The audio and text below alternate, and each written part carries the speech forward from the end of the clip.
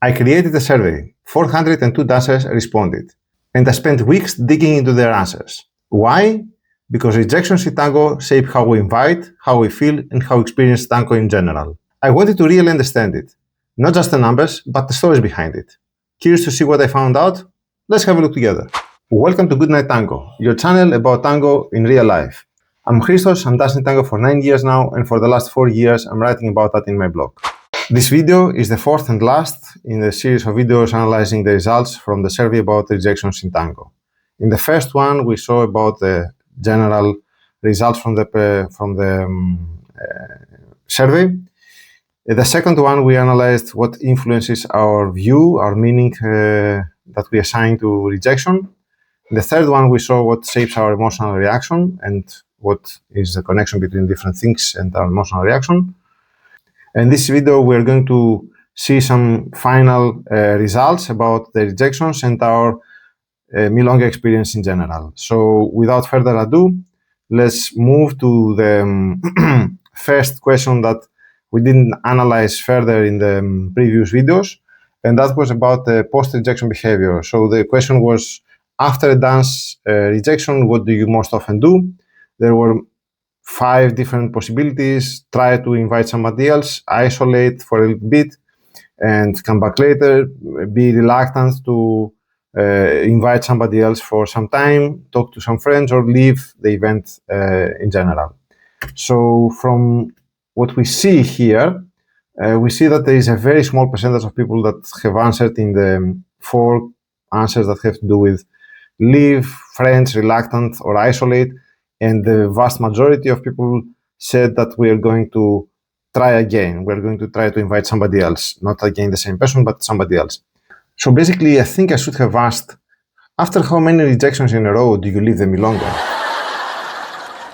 Now, the second answer, the second question that was really interesting, and we're going to have a bigger focus on that, is the reinvitation likelihood. So after being rejected by someone, how likely are you to try inviting the same person again? And in here we had different possibilities. We had depends, we had later at the same night. I will limit the tries. For example, I will try one or two more times and then I will stop. I will avoid inviting them again. And in the future means that future event in another Milonga, next week, next month, or in another event or something like that. So here in the results we see, and we already saw in the first video, that there is a big percentage of people, a big amount of people that responded with depends and gave more explanations about how they react and the possibility to reinvite somebody that already rejected them. And in this video, I wanted to take a closer look on what these people had to say, because it's not a small amount of people, it's not a small group of people, so we need to see if there are any patterns. So what I did is I gathered these answers. There were actually 67 answers in that case.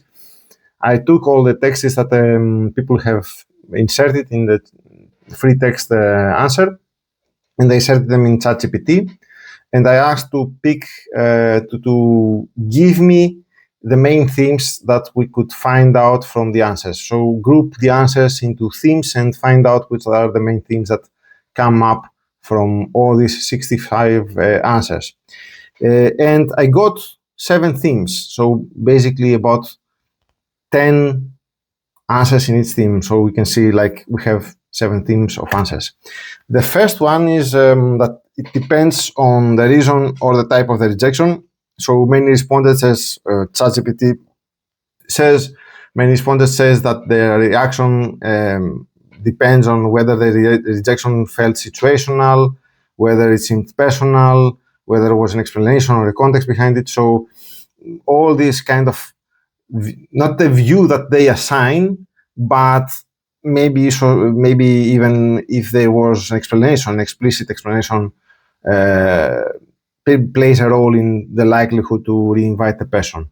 You can see some examples of answers in this case. If it was situational, I will try again. If I perceive the rejection as personal, I will not ask again. So these are views, these are answers that depend on the view or the way that we perceive the rejection in this case. The second theme had to do with the familiarity with the dancer, known and unknown dancer. So there was a clear distinction in how people respond based on familiarity. People are more forgiving or persistent with known dancers. They will try again, maybe with people that they already have danced before. And with strangers, they often tend to avoid further invitations. So if I know them, that's just one example of an answer. If I know them, I will ask again. If I don't, I won't. Known dancer once more at the future Milonga, unknown dancer up to them. So if it is an unknown dancer, then you leave it up to them to give you a sign that they want to dance with you. The third theme is the emotional response and self-protection. Some dancers mentioned that there are some emotional factors that play a role into re-inviting or likelihood to re-invite some other person. Needing to protect the confidence or dignity, so this plays a role. Feeling rejection more personally over time, avoiding repeated exposure to rejection. So some people don't want to be rejected, don't want to feel a lot of rejection. So if they see that they are rejected, they will not possibly try again, or in order to protect their own emotional state. So for example, you see some examples here: keep my distance for a while, if I'll find the courage to do so. So there is this kind of nuance here in this case. I'll remain open but won't make any obvious mirada. So it's another case here. The fourth pattern is a pattern of rejection exit. So in this case, this was already an option in the cases, in the answers that was given, but maybe some people wanted to have a bit more nuance, a bit more explanations in that case. So for example, some people said that they will retry once, but they have some limits, maybe 2-3 times, and then they stop. So some mention that they track rejection patterns of an event. So if they see that they're being constantly rejected over a series of events, over a series of Milongas from a specific person, then they will probably stop. So you can see some examples. After 3 consecutive rejections, I will stop inviting. Times we have met and I've been rejected, the more, the less I'll try again. So the more we have met and I have been rejected, the less I will try again. So that's obviously a pattern that obviously plays a role. Another pattern, another theme that surfaced from the answers is that people mention internal states and external context. So their mood, how badly they want to dance, the vibe of the Milonga, their own self-worth, the music, all these kind of external contextual factors that influence how open they are to re-invite the person that they rejected them. So it depends on my mood, on how badly I want to dance. I want that dance, for example, that is one of the answers. Later in the Milonga or at another Milonga, that was another answer with more explanations. So you see that it's not clear cut. It depends also many times on our mood or the case or the Milonga or the event or whatever else. Now, the sixth pattern that was identified was that there is an ambiguity in terms of reading the cues. So sometimes the rejection is not really clear if they reject it, if they clearly reject it, or if they weren't able to see the cabeceo or this kind of thing. If it was polite or complete avoidance or things like that. So reading the cues and having this ambiguity in terms of why, or if there was a clear no, or if it was just a mismatch, or a missed cabeceo or something like that, are things that play a role. So we can see some examples. If I'm sure I got rejected, then I will probably not try again. Sometimes the rejection isn't clear, so there is also this pattern that has been referred to some cases. And speaking of cues and ambiguity, I cannot see you now that you see the video. So I cannot read the cues, I cannot read the cabeceo. If you want to do a cabeceo to me, if you want to really support me, hit the subscribe button now and make it obvious, make it clear, so I can continue further on. Next and last thing that was identified was the politeness and the communication in terms of the rejection. Several responses mentioned that if the rejection felt rude or respectful plays a role. Being more likely to try again if the person explained or there was a warm smile or something else that revealed that there was not a strict rude rejection, that plays a role. If they spoke to me otherwise, I don't take it personally. If they ignore me completely, I won't try again. So that are some kind of example of answers that Q show this kind of nuance in the likelihood to reinvite. Now, some outstanding and unique responses that were identified, you can see here. If I really feel like sharing a tanda with this stranger, I'll maybe try again. That's emotional honesty.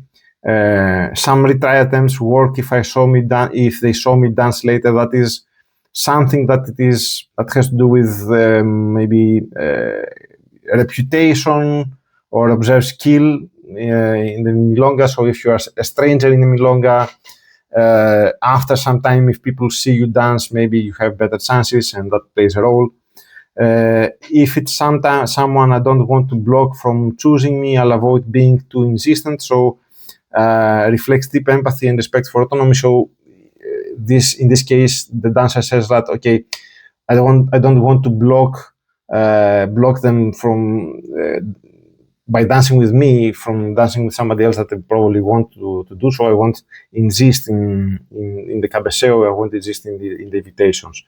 That's another nuanced approach. In general, we can see that the reaction and the likelihood to invite somebody, most answers are not purely reactive. They don't really have a clear-cut reaction that they always do. They process, they interpret, they read the cues, and they analyze, and they decide based on that. They make also complex trade-offs between what they want, their dignity, social cues, all the other things. They show resilience, but also self-protectiveness. They value kindness and mutual respect above all. I think that is something that we all value in Tango, and that is one of the biggest values that we have in general. So now, taking out the depends from the answers, we can see the rest of the answers, and we can see the percentages in the rest of the answers. We can see that it is almost like a stair here, 10, almost 20, 30, 40%. The most common approach is to try again in a future Milonga, and the second approach is to avoid. So we have two contradictory approaches in the first and second place in this case, if you can see so. So what kind of factors play into the likelihood to invite apart from the depends that we analyzed already? I analyzed and cross-referenced the answers of the likelihood with our view of the rejection, so that I can see if there is a pattern and the relation between the view of rejection and the possibility to reinvite. And as you can see, there is a clear distinction between the three views of level, personal, and selective. So if we see rejection as a matter of our level, if we see rejection as being personal to us, they don't want specifically to dance with us, or as being selective, that the person has a specific group and they are very picky to dancing with specific people. These three views had an increased amount of avoidance. So people that see rejection in one of these three categories, they have an increased percentage of avoiding to reinvite.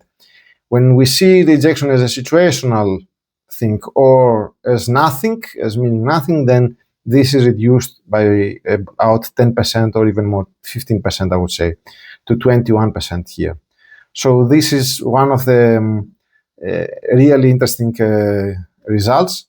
And also from the statistical analysis for each of different views with the likelihood to reinvite, the cross-reference and the statistical analysis show that there is a statistically significant difference, a statistically significant correlation between the situational view and the possibility to reinvite, and the nothing view and the possibility to reinvite. So these two views seem to have a correlation with our actions after the rejection.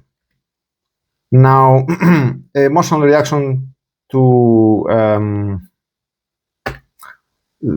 our emotional reaction combined with the likelihood to reinvite, how the emotional reaction can affect our likelihood to reinvite. Again, based on what we already saw in the previous video, I have grouped the emotional reactions of embarrassed, rejected, and angry together so that I can have more meaningful statistical analysis, valid statistical analysis also. And we can see the rejection feeling of disappointed between disappointed by a known and feeling disappointed when rejected by an unknown dancer and by a known dancer here.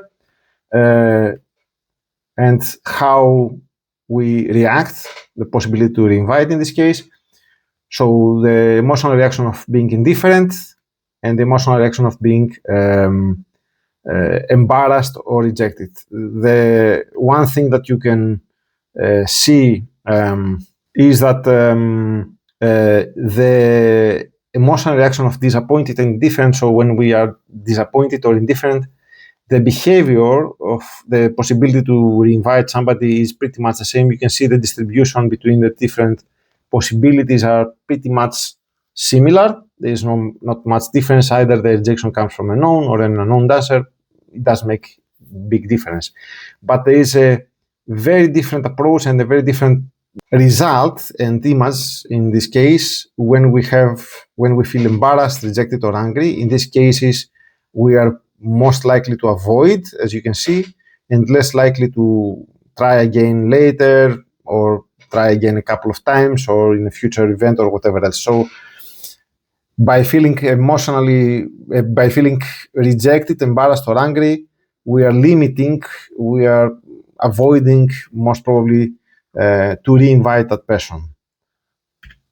And from the statistical analysis of all these emotional reactions with the different possibilities to reinvite, I found out that there is a statistically significant correlation between all the different possibilities. So there is a correlation between the emotional reaction and the possibility to reinvite, the likelihood to reinvite somebody, which is something that we already saw also from the depends.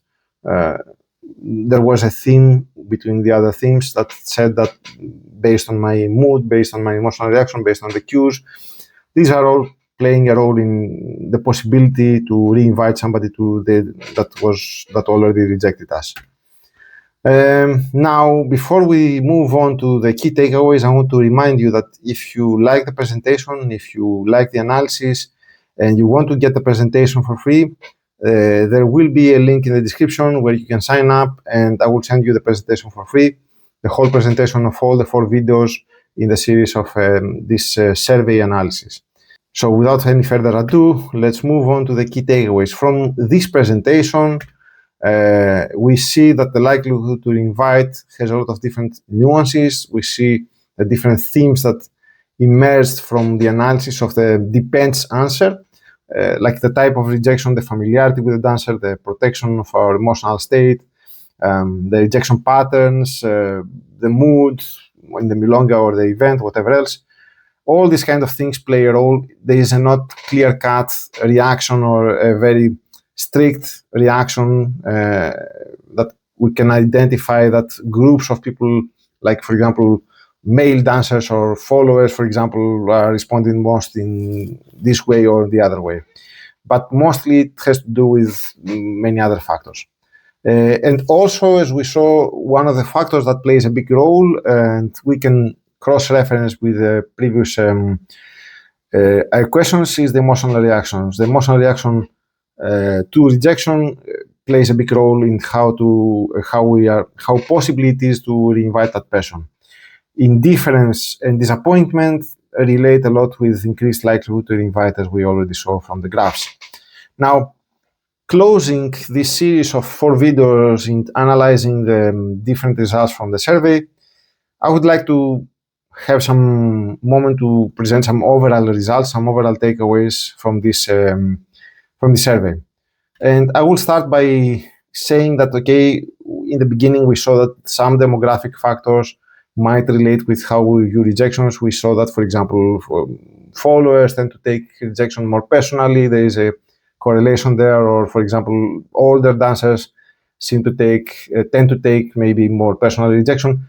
There is a correlation between some demographic factors and our view to the rejection, but this is not a strict rule. It doesn't mean that, for example, all the dancers, like me, for example, take rejection personally. Okay, so there is a tendency. When we have a correlation between the variables, it means that there is a tendency, there is a pattern that we can identify, and this is it. Our view to the rejection is the main influence, the main factor that is influencing our emotional reaction, as we saw already in the third video, if I remember correct. And the emotional reaction relates a lot with the likelihood to reinvite. So there is a clear chain of reaction here. You see our view influences our emotional reaction, and the emotional reaction influences the likelihood to reinvite. And obviously the likelihood to reinvite then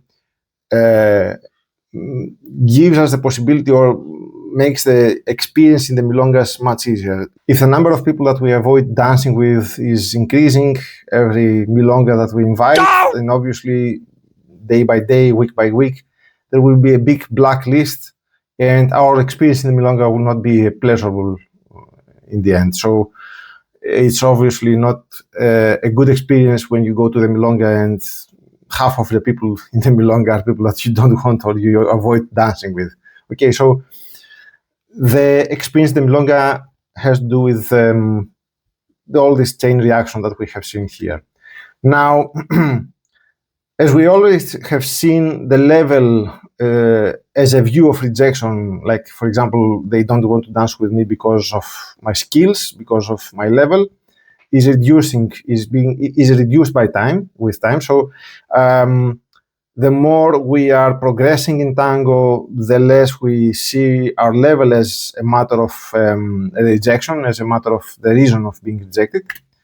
And that, I think, gives room to take rejection a bit more personal. So if we don't have the excuse of the level, if we don't have the excuse of they rejected us because I'm not a good dancer, and we have a bigger confidence that, okay, now I'm good enough, I can dance with a good partner, and we are rejected, we are more likely to take it personally or even more selective. Like, for example, we see the other person as being selective. From the first video, we saw also that the situational view and the selective view are the most common ones. They are quite contradictory. The one is assuming that the other person is selective, the other is assuming that, okay, it's purely a matter of the situation, like the music, or they're tired, or whatever else. So they are very different kind of views, and they are the most common views that we see in rejection. The selective view leads to more negative emotional reactions, and obviously all the other things in the chain reaction that we already discussed.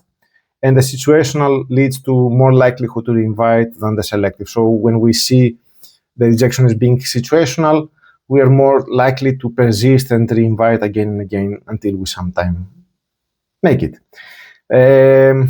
Now, based on this, I think it is obvious that we can understand as a tip that we can have is that if we choose to reframe our view of rejection, and if we now see rejection from some people as they are being selective, for example, and we choose to reframe this as purely situational, it will obviously reduce, and it will obviously have an impact on our Milonga experience. And the key behind all this is that as we already discussed, there is not a clear indication behind the reason of being selected. Nobody comes up, I mean, okay, there are some cases maybe that you have an explicit reason for being rejected, like if it is very personal and somebody wants to tell you in your face that I don't want to dance with you for whatever reason, then okay, you have a clear reason there. But I don't know that this is very often. I mean, I haven't heard it so often.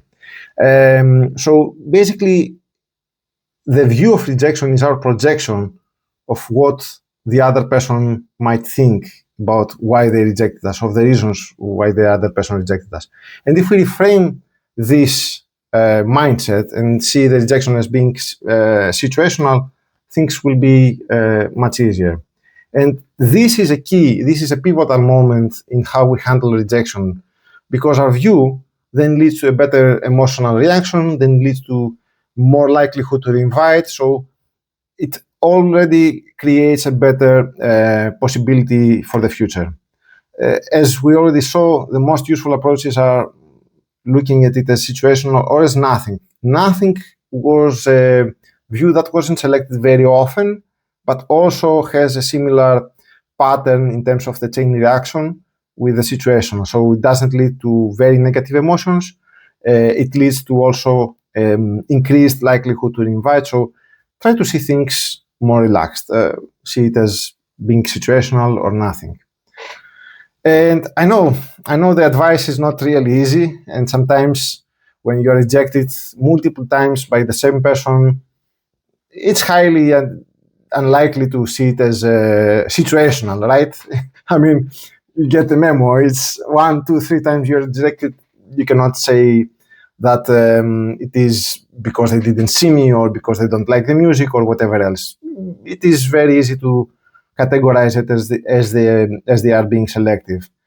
But if somebody is selective and they have a specific group of people, a specific friends that they dance to more often, then the situation is actually that they haven't met you before. So they haven't met you, they haven't had the chance to know you. And maybe that is the case why they don't dance with you and why they not avoid you, maybe don't see you so often.